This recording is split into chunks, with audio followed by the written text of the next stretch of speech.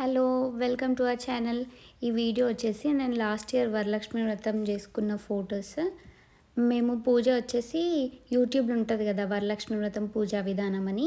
అది చూసుకుంటే చేసుకున్నాము. దాంట్లో పంతులైతే మంచిగా క్లియర్‌గా ఎక్స్‌ప్లెయిన్ చేసిండు. దీని తర్వాత ఏది చేయాలి అని చెప్పేసి.